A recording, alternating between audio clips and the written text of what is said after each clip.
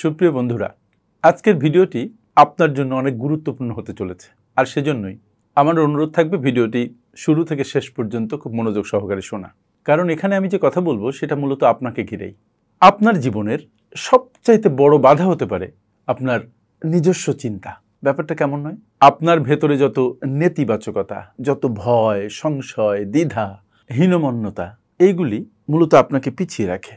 আজকের এই ভিডিওতে আমরা জানবো যে কিভাবে আপনার নেতিবাচক চিন্তা, একেবারে আপনার ভেতরে সৃষ্ট আপনার চিন্তা কিভাবে আপনার শত্রু হয়ে উঠছে দিনে দিনে, এবং এই শত্রু থেকে কিভাবে পরিত্রাণ পাওয়া যায় এবং শত্রুকে কিভাবে বন্ধুতে রূপান্তর করা যায় সে বিষয় নিয়ে।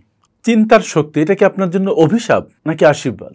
আমরা জানি আমাদের মনের মধ্যে প্রতিদিন ৬০-৭০ হাজার থেকে শুরু করে মতান্তরে ১ লক্ষ চিন্তা ঘুরঘুর করে।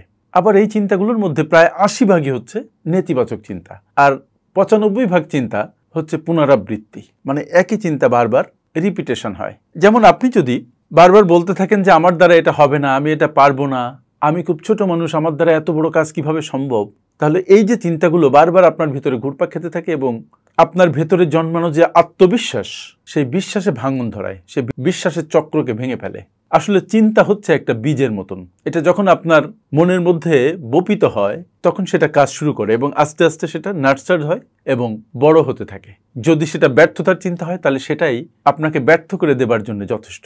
আপনি যতই আপনার মনের মধ্যে নেতিবাচক চিন্তা ঢুকাবেন ততই সেটা আপনার মধ্যে একটা মহিরুহ আকার ধারণ করবে, আপনাকে দ্বিধান্বিত করবে, আপনাকে ভয়গ্রস্ত করবে, আপনাকে আতঙ্কগ্রস্ত করবে, আপনাকে সংকটে ফেলে দিবে। আর তখনই আপনার নিজস্ব চিন্তা আপনার জন্য অভিশাপে রূপান্তরিত হয়। আশীর্বাদ হয় ঠিক তার উল্টো চিন্তায়, দ্যাট ইজ পজিটিভ চিন্তায়। মনে রাখবেন, ভয়, আতঙ্ক এগুলোর জন্ম মূলত আপনার মাথায়। আমাদের অনেক ভয়, অনেক আতঙ্ক, এগুলো স্রেফ আমাদের মনের মধ্যে জন্ম নেয়া কিছু কল্পনা ছাড়া আর কিছুই নয়। এগুলো জীবনে কখনো বাস্তব হিসেবে ধরা দেয় না, কিন্তু মনের মধ্যে এটা আস্তে আস্তে একটা বট গাছের মতো আকার ধারণ করে।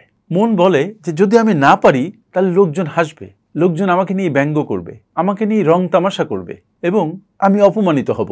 আর এই কথাগুলোই আমরা বিশ্বাস করে ফেলি, কিন্তু বাস্তবে কি সেগুলো আমাদের সাথে ঘটছে? অধিকাংশ ক্ষেত্রে উত্তর হচ্ছে না। একজন উদ্যোক্তা, সে ব্যবসা শুরু করেনি কারণ সে ভেবেই নিয়েছে সে পারবে না। একজন ছাত্র, সে পরীক্ষায় ভালো করছে না কারণ তার মনের মধ্যে আগেই প্রোগ্রাম করা হয়ে গেছে যে সে ভালো করবে না। একজন লেখক, সে একটি বই লিখে শেষ করছে না কারণ তার মনের মধ্যে একটা আতঙ্ক, এক ধরনের সন্দেহ, ভয় যে তার বই কেউ পড়বে না। সবকিছুর শত্রু একটাই, সেটা হচ্ছে চিন্তার ভয়। মনের ভিতরে কল্পনায় জন্ম নেয়া এক ধরনের ভয়, এক ধরনের আতঙ্ক, যার কোনো বাস্তব ভিত্তি নেই। আমাদের চিন্তার জায়গাটা ওখানে। আপনি আপনার নিজেকেই ধ্বংস করছেন। এটাকে বলা হয় সেলফ স্যাবোটেজ, মানে নিজেই নিজের ধ্বংসে মেতে ওঠা, নিজেই নিজেকে স্যাবোটেজ করা। নিজের ভিতরে যত সম্ভাবনা আছে, যত সক্ষমতা আছে, সেটাকে নিজেই নষ্ট করে ফেলা। কিভাবে এটা? যেমন আপনি কাজ শুরু করবেন ভাবছেন, কিন্তু বারবার আপনার মনে হচ্ছে যে না, এটা নিখুঁত হচ্ছে না, এটা হবে না। আপনি কাউকে পছন্দ করেন কিন্তু তাকে বলতে ভয় পাচ্ছেন। কেন? কারণ সে যদি আপনাকে না বলে, সে যদি অন্য কাউকে বলে দেয়। আপনি হয়তো কোনো অনার্স কোর্সে বা কোনো ডিপ্লোমাতে ভর্তি হতে যাচ্ছেন, কিন্তু আপনার মনে ভয় যে যদি আপনি পাস না করেন, যদি আপনার টাকাগুলো নষ্ট হয়ে যায়। আর এই সব ভাবনা আপনাকে আটকিয়ে রাখে, আপনাকে বসিয়ে রাখে, আপনাকে আপনার সম্ভাবনার ধারে কাছেও যেতে দেয় না। আপনি শুরু করার আগেই ফেল করেন। সত্যি কথা বলি যে আপনি যে জায়গায় আটকে আছেন সেই জায়গায় কেউ আপনাকে আসলে আটকে রাখেনি। আপনার চিন্তা আপনাকে আপনার গণ্ডি থেকে বের হতে দিচ্ছে না। আপনার চিন্তায় আপনাকে আটকিয়ে ফেলেছে একটা জালের মধ্যে। আপনার ভয়, ছোট্ট একটা ভয়, আপনাকে প্রস্ফুটিত হতে দিচ্ছে না, আপনার কাজ শুরু করতে দিচ্ছে না, আপনার সফলতার দ্বার প্রান্তে নিয়ে যেতে পারছে না। এই ভয়কে তাড়ানো জরুরি। নেগেটিভ চিন্তার চক্র একবার মাথায় ঢুকলে এটাকে বের করা কঠিন।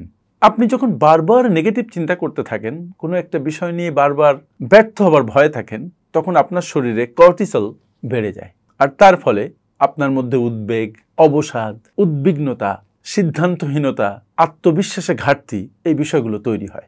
আপনি যখন বলেন যে আপনার তো সবসময়ই খারাপ হয়, কোনো কাজ শুরু করলে সেটা আপনি শেষ করতে পারেন না বা কোনো কাজ শুরু করতে পারেন না, এই যে চিন্তা, এই চিন্তা একটা চক্রের মতো আপনাকে এক জায়গায় আটকে ফেলে। আপনার মন, বিশেষ করে অবচেতন মন, আপনার এই ভাবনাকেই প্রমাণ করার চেষ্টা করে। আর মস্তিষ্ক যেমন চিন্তা পায়, সে আপনার জীবনে ঠিক সেই চিন্তারই প্রতিফলন ঘটায়। তাই আপনাকে ভাবতে হয় যে আপনি মগজে কি ঢালছেন, মানে আপনার চিন্তার মধ্যে আপনি কি ঢালছেন।